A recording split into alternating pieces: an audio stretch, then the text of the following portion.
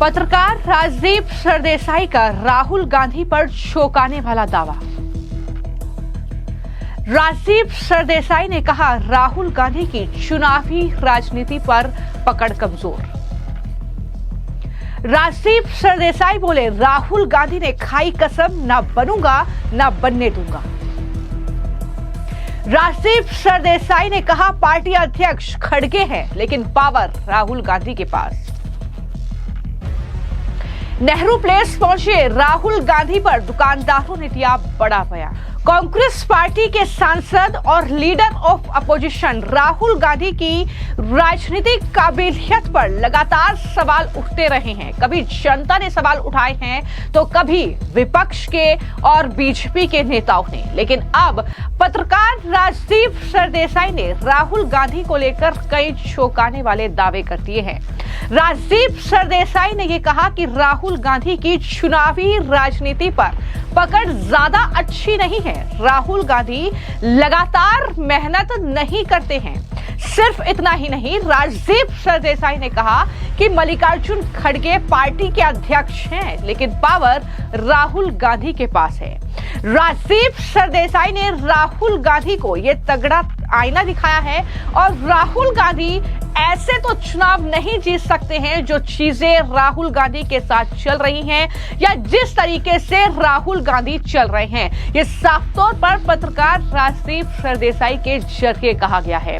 सबसे पहले मैं आपको जानकारी दे दूं कि ये वही पत्रकार राजदीप सरदेसाई है जो अक्सर राहुल गांधी या कांग्रेस की तारीफ में कसीदे पढ़ते हैं, सरकार पर हमलावर नजर आते हैं, लेकिन ये ललन टॉप के मंच पर एक अलग तस्वीर देखने को मिली जब चुनावी राजनीति पर चर्चा की गई राहुल गांधी की, तो उन्होंने कहा कि राहुल गांधी की चुनावी राजनीति पर पकड़ उतनी अच्छी नहीं है। चुनाव जीतने के लिए जो मशक्कत करनी पड़ती है, संगठन को मजबूत करना पड़ता है, अपने आप को आगे रखना पड़ता है। और राजदीप सरदेसाई ने कहा कि मैंने अपनी किताब में लिखा है, Rahul Gandhi has never miss an opportunity to miss an opportunity. ये बड़ी बात है राजदीप सरदेसाई ने कही और कहा कि राहुल गांधी को 2009 में मनमोहन सरकार में मंत्री बनना चाहिए था ताकि मंत्रालय का अनुभव मिले। 2014 में लीडर ऑफ अपोजिशन होना चाहिए था ताकि संसद में आप दिखा सके कि आप क्या कर सकते हैं, लेकिन वहां राहुल गांधी नजर ही नहीं आते थे। ये राहुल गांधी की कमजोरी रही है। ये बड़ी बातें राजदीप सरदेसाई ने कही। सिर्फ इतना ही नहीं, उन्होंने कहा कि चुनावी राजनीति और अपॉर्चुनिटी संधि को आगे लेकर कैसे अपने आप को एक राजनीतिक पकड़ जो होनी चाहिए वो दरअसल आप में नजर नहीं आती। ये बड़ी बातें कहते हुए उन्होंने कहा कि दूसरा पॉइंट ये है कि राहुल गांधी ने कसम खाई है कि ना बनूंगा ना बनने दूंगा। राहुल गांधी कांग्रेस में एक बदलाव लाना चाहते हैं। राजदीप ने कहा कि एक युवा पीढ़ी को वो लाना चाहते हैं, पुराने लोगों को इधर उधर एक तरफा करना चाहते हैं, लेकिन क्या वो खुद कोई कोशिश करते हैं? इंदिरा गांधी ने जो किया राहुल गांधी ने वो नहीं किया। राहुल गांधी पार्टी में रहते हैं और कहते हैं मैं डे टू डे पॉलिटिक्स में शामिल नहीं होता हूं, लेकिन फिर भी वही आखिरी हैं। सबको जाना पड़ता है राहुल गांधी के पास। राहुल गांधी ही सब कुछ करते हैं। ये बड़ी बातें राजदीप सरदेसाई ने कही और कहा कि मल्लिकार्जुन खड़गे कांग्रेस पार्टी के अध्यक्ष हैं, लेकिन फिर भी पावर जो है वो राहुल गांधी के पास है। उन्होंने कहा कि राहुल गांधी कहते हैं पावर इज पॉइजन, मुझे सत्ता की पॉलिटिक्स से दूर रहना। उन्होंने कहा कि राहुल गांधी सत्ता की पॉलिटिक्स में रहना भी चाहते हैं। ये कांग्रेस पार्टी के भीतर कंफ्यूजन है कि ना बनूंगा ना बनने दूंगा, राहुल गांधी को लड़ना चाहिए। ये तमाम बातें जो हैं उनकी तरफ से कही गई। राजदीप सरदेसाई ने ललन टॉप के मंच पर ये तमाम बातें राहुल गांधी को लेकर कही। हालांकि ललन टॉप के मंच पर जो बातें राजदीप सरदेसाई ने कही उसे सुनकर कांग्रेसी जो है वो भड़क गए हैं और कुछ लोग राजदीप सरदेसाई ऐसा उनका हृदय परिवर्तन कैसे हो गया राहुल गांधी के बारे में, वो ये सब कुछ कैसे कह रहे हैं, इसको लेकर भी कई लोग हैरान हैं। लेकिन वहीं पर एक तरफ राजदीप सरदेसाई ने राहुल गांधी की काबिलियत काबिलियत पर सवाल खड़े कर दिए हैं। चुनावी राजनीति पर उनकी पकड़ कमजोर है, ऐसे वो चुनाव नहीं जीत सकते।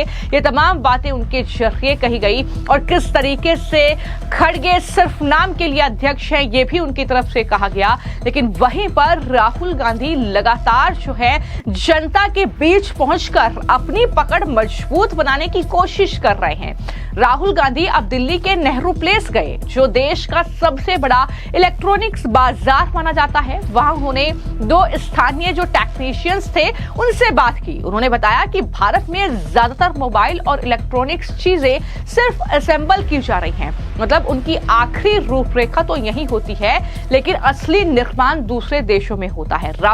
राहुल गांधी ने प्रधानमंत्री के मेक इन इंडिया जो ये योजना है इस पर भी हमला बोला और उसमें फैक्ट्रियां बढ़ाने का वादा किया गया था, लेकिन मैन्युफैक्चरिंग अब सबसे कम स्तर पर पहुंच गई है।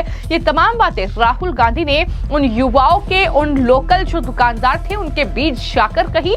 लेकिन इसके बाद उन दुकानदारों ने राहुल गांधी के बारे में क्या कुछ कहा है, जरा वो सुनिए।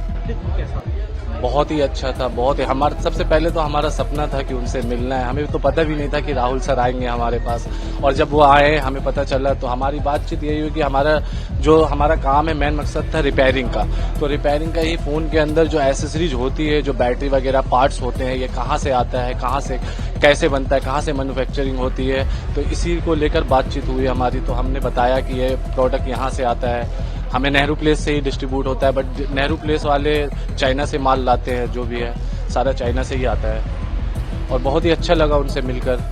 में यही लगा कि उनकी बातों से यही लगा कि आने वाले वक्त में शायद जो प्रोडक्ट हमारे चाइना से आ रहे हैं, शायद इंडिया में ही अगर हमारा होने लगे तो रोजगार बढ़ेगा। तो इससे हमें यही फायदा लगा कि शायद हमारे इंडिया में अगर बनने लगे तो शायद हमें रोजगार मिले और नौजवान को, यहाँ जितने भी यंग है यहाँ के, सबको एक कॉन्फिडेंस मिले कि हम कुछ कर सकते हैं और देश का विकास कर सकते हैं, भविष्य में और भी आगे जा सकते हैं। बहुत सारी चीजें हमें उन्होंने, मतलब सपने समझ लो, सपना ही था, सपने की तरह हमें लगा। और बहुत उनके बातों से लगा कि हाँ, आने वाले वक्त में ये सब अगर इंडिया में ये सब प्रोडक्ट अगर बनने लगे तो हमारा देश का और भी ज्यादा विकास होगा और भी हमारा इंडिया आगे बढ़ेगा। उनका बाकी बात करने में तो बहुत ही अच्छा लगा, क्योंकि पहली बार हमारा उनसे मीटअप हुआ था। और बात यह था कि उनका विजन ये है कि जो हमारी इंडस्ट्री है, कि जो भी है, जो सप्लाई वगैरह के बारे में वो सारी चीजें जानना चाह रहे थे कि जैसे काम है, जो इक्विपमेंट वगैरह है वो कहाँ से हो रहे हैं, क्या असेंबल्ड हो रहा है, क्या रिपेयर हो रहा है, वो सारी चीजों को वो जानना चाह रहे थे। आपको लगा कि एक विजन है उनकी बातों में और वो देश के लिए कुछ करना चाहते हैं, आपकी इंडस्ट्री के लिए कुछ करना चाहते हैं? उनका बातों से जो लगा कि ये था उनका विजन की जो भी चीज, अगर हम अभी किसी और, जैसे अगर देखा जाए तो पूरा वर्ल्ड ही अगर चाइना पे डिपेंड है इलेक्ट्रॉनिक्स मार्केट के बारे में, बट क्या है कि उनका ये है कि अगर कहीं ना कहीं थोड़ा सा अगर हम खुद के पास अपने इंडिया में अगर ये सारी चीजों को मैन्युफैक्चर कर पाए तो अपने देश के लिए बहुत ज्यादा फायदा हो जाएगा, जिससे कि एक तो अपने पास जो रोजगार है, रोजगार लोगों तक पहुंचेगा, और दूसरा कि जो भी हम वहां से परचेज कर रहे हैं, जो हम बाहर पैसा जो दे रहे हैं वो अपने इंडिया में रहेगा, वो यहाँ पर ही इस्तेमाल में आ जाएगा। आपने कोई उनसे रिक्वेस्ट किया है के लिए, दोबारा मुलाकात के लिए, या कभी अलग से कोई आपके लिए कुछ गुजारिश उन्होंने? नहीं, ऐसा कुछ भी नहीं हुआ, बस उनसे बातचीत ही वही सारी चीजों के लेके ही बात हो रही थी हमारी, कि मतलब कि जो मैं दिखा रहे थे कि अगर आपको ऐसा अगर गवर्नमेंट साइड से अगर फंड वगैरह कुछ मिलता है तो आप आगे तक क्या सोचा है, तो वही सारी चीजों को हम बात कर रहे थे उस दिन।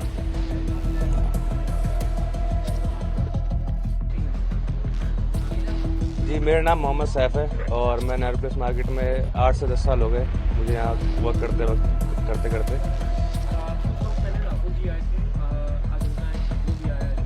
हाँ जी,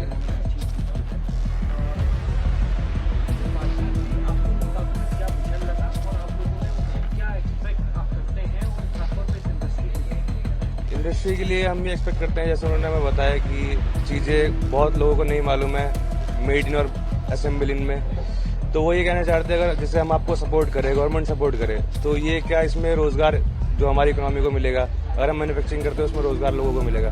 तो वो उनका कंसर्न था, अगर सरकार सपोर्ट करे तो मैन्युफैक्चरिंग हम इंडिया के अंदर ले गए हैं तो उसमें बहुत सारी चीज़ें डेवलप होंगी। तो उनका वो पर्सपेक्टिव था कहने का। बाकी जो पार्टिंग रोलिंग होती है वही सपोर्ट करती है। जब आपने उनसे बातचीत किया, आपको अच्छा लगा और आपको लगा नहीं, हमने जैसे बहुत सारी जगह पे सोशल मीडिया वगैरह देखा, जब हमने उन्हें आमने सामने देखा तो बहुत सारी चीज़ें डिफरेंस थी। बहुत अच्छा उन्हें नॉलेज था, बहुत अच्छे से उन्होंने बात करी, बहुत अच्छा लगा उनसे बात करके। और जिस हिसाब से उन्होंने बताया तो विजन है, जो विजन वो दिखाना चाह रहे हैं कि अगर लगता है कि अगर सपोर्ट होगा तो इंडिया के लिए फायदेमंद चीज़ है। आपने कोई उनसे रिक्वेस्ट की अपनी इंडस्ट्री को लेकर या नहीं, रिक्वेस्ट तो ऐसा कुछ नहीं। उन्होंने हमसे पूछा चीज़ों के बारे में, इलेक्ट्रॉनिक आइटम के बारे में, कहाँ मैन्युफैक्चरिंग होती है, इंडिया क्या कर रहा है, इंडिया असेंबलिंग में है या मैन्युफैक्चरिंग में है, प्रोडक्ट कहाँ से आते हैं। तो हमने उन्हें वो चीज़ बताई। उन्होंने बोला कि वो भी चीज़ों को समझे कि हाँ मतलब मैन्युफैक्चरिंग नहीं है इंडिया के अंदर इलेक्ट्रॉनिक आइटम में, मतलब जो हमारी फील्ड में है। तो उन्होंने वही चीज़ पूछी कि बेसिकली हम डिपेंड ऑन चाइना है, तो वो चीज़ उन्हें हमने बताई। तो वो वही कहना चाहते कि अगर इंडिया मैन्युफैक्चरिंग होगी तो बेटर होगा आपके लिए। उन्हें बिल्कुल से बेटर होगा, भविष्य में आप चाहेंगे कि उनका दोबारा आपकी मुलाकात? बिल्कुल चाहेंगे। और उस बेस पे चाहेंगे कि जो उन्होंने हमें विजन दिखाया, क्योंकि उन्होंने हमसे पूछा भी था अगर मैं आपको एक फ्री हैंड दूं तो आप क्या करोगे। तो ऐसा कोई इतना बड़ा आदमी अगर आपसे डायरेक्ट पूछेगा कि मैं आपको ये दूं तो आप क्या करोगे, तो आप सोच भी नहीं पाओगे उस टाइम पे। इंस्टेंट आप क्या वर्क कर पाएगा माइंड आपका। तो अगर मैं चाहूंगा अगर अगली बार हमारी मुलाकात हो तो वो उस विजन जो उन्होंने दिखाया था उस बेस पे हो कि हाँ अब मैं आपको देता हूँ फ्री हैंड और आप बताइए आप क्या करना चाहते हैं। तो राहुल गांधी नेहरू प्लेस पहुंचे थे ताकि जो लोकल वहां पर ये इलेक्ट्रीशियन है इनके बीच किसी तरीके से अपना माहौल जो है वो बनाया जाए, और किस तरीके की बातें हुई है वो आपने सुना। लेकिन इसी के साथ उन्होंने प्रधानमंत्री नरेंद्र मोदी को भी कटघरे में लेने की कोशिश की। देश में युवा बेरोजगारी बहुत बढ़ गई है, चीन से आयात 2 गुना हो गया है, ये तमाम बातें भी राहुल गांधी के जरिए वहां पर की गई है। फिलहाल आपकी इस पूरी खबर को लेकर क्या राय है, हमें कमेंट बॉक्स में जरूर लिखें। धन्यवाद।